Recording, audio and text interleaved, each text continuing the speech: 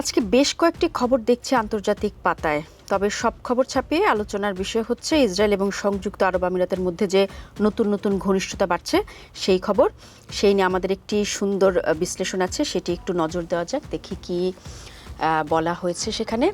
দর্শক, আব্রাহাম অ্যাকর্ডসের পর মধ্যপ্রাচ্যের সম্পর্কের নতুন সমীকরণ আরও এক ধাপ এগোলো। ইরানের সঙ্গে যুদ্ধের প্রেক্ষাপটে সংযুক্ত আরব আমিরাত ও ইসরায়েল যৌথভাবে নতুন অস্ত্র ব্যবস্থা কিনতে ও উন্নয়ন করতে একটি তহবিল গঠন করেছে।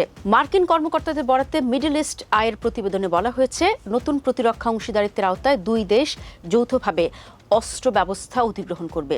এছাড়া ইসরায়েলের বিমান প্রতিরক্ষা প্রযুক্তি উন্নয়নেও অর্থায়ন করতে পারে আরব আমিরাত। আমেরিকা ইসরায়েল যুদ্ধ চলাকালে ইসরায়েলের প্রধানমন্ত্রী বেনিয়ামিন নেতানিয়াহু আমিরাত সফর করলে এই চুক্তি চূড়ান্ত হয়। যদিও নেতানিয়াহুর কার্যালয়ে সফরের বিষয়ে আনুষ্ঠানিক বিবৃতি দিলেও আবুধাবি তা বিরলভাবে অস্বীকার করে। ওয়াশিংটনে আরব আমিরাত ও ইসরায়েল দূতাবাস এ বিষয়ে মন্তব্য করতে রাজি হয়নি। দর্শক, মিডল ইস্টের প্রতিবেদনে দাবি করা হয়েছে, ইউএই ও ইসরায়েল যৌথভাবে counter unmanned aircraft system CUAS এবং অন্যান্য বিমান প্রতিরক্ষা ব্যবস্থা উন্নয়ন ও ক্রয়ের পরিকল্পনা করছে। এই তহবিলে বিপুল অর্থ বরাদ্দ করা হয়েছে এবং শুধু বিমান প্রতিরক্ষাতেই সীমাবদ্ধ থাকবে না এসব কেনাকাটা। তেল আবিব ভিত্তিক থিঙ্ক ট্যাঙ্ক INSS বলছে, ইউএই ইসরায়েল সম্পর্ক এখন ইতিহাসের সেরা অবস্থানে। কোনো আরব দেশের সঙ্গে ইসরায়েলের এত ঘনিষ্ঠ সহযোগিতা আগে কখনো হয়নি। ফেব্রুয়ারিতে আমেরিকা ইসরায়েল হামলার জবাবে ইরান উপসাগরীয় অঞ্চলে হাজার হাজার হামলা চালায়। এর মধ্যে সবচেয়ে বেশি ক্ষতিগ্রস্ত হয় সংযুক্ত আরব আমিরাত। প্রায় 3000 ইরানি ড্রোন ও ক্ষেপণাস্ত্র দেশটিকে লক্ষ্য করে ছোড়া হয়। যুদ্ধ চলাকালে আরব আমিরাতে আয়রন ডোম মোতায়েন করে ইসরায়েল। এমনকি সেটি পরিচালনার জন্য জনবল পাঠানো হয় বলে মে মাসে নিশ্চিত করেন যুক্তরাষ্ট্রের ইসরায়েল বিষয়ক রাষ্ট্রদূত মাইক হাক্কাবি। তবে এখানে একটি প্রশ্ন উঠেছে দর্শক, আর সেটা হলো, ইসরায়েলের প্রযুক্তি আছে কিন্তু পর্যাপ্ত অর্থ নেই, আর সংযুক্ত আরব আমিরাতের অর্থ আছে কিন্তু প্রযুক্তি নেই।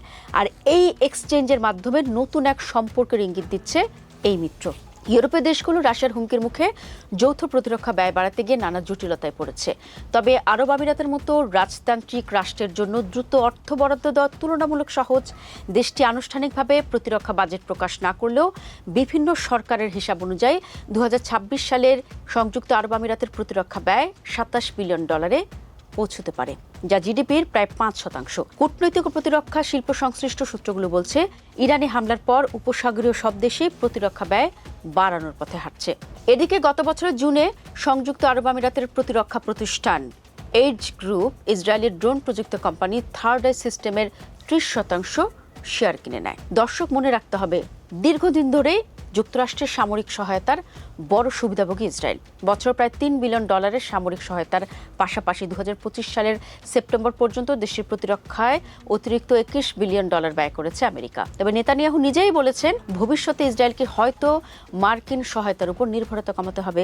বিশেষ করে তরুণ মার্কিন ভোটারদের মধ্যে ইসরায়েল বিরোধী মনোভাব বাড়ছে, আর এ কারণে আরব আমিরাত ইসরায়েলের সবচেয়ে সেরা অপশন। দর্শক, আরেকটি বিষয়, সেটি হলো, উপসাগরীয় দেশগুলো মনে করছে ইরানের সঙ্গে যে কোনো চুক্তির বোঝা শেষ পর্যন্ত তাদেরকে বহন করতে হবে।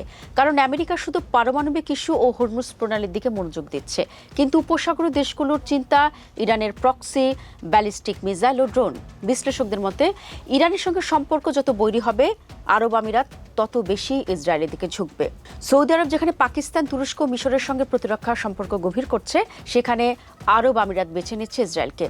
মূলত খেলাটা জমেছে এখানেই, মাঝখান থেকে ফায়দা লুটছে নেতানিয়াহুর ইসরায়েল।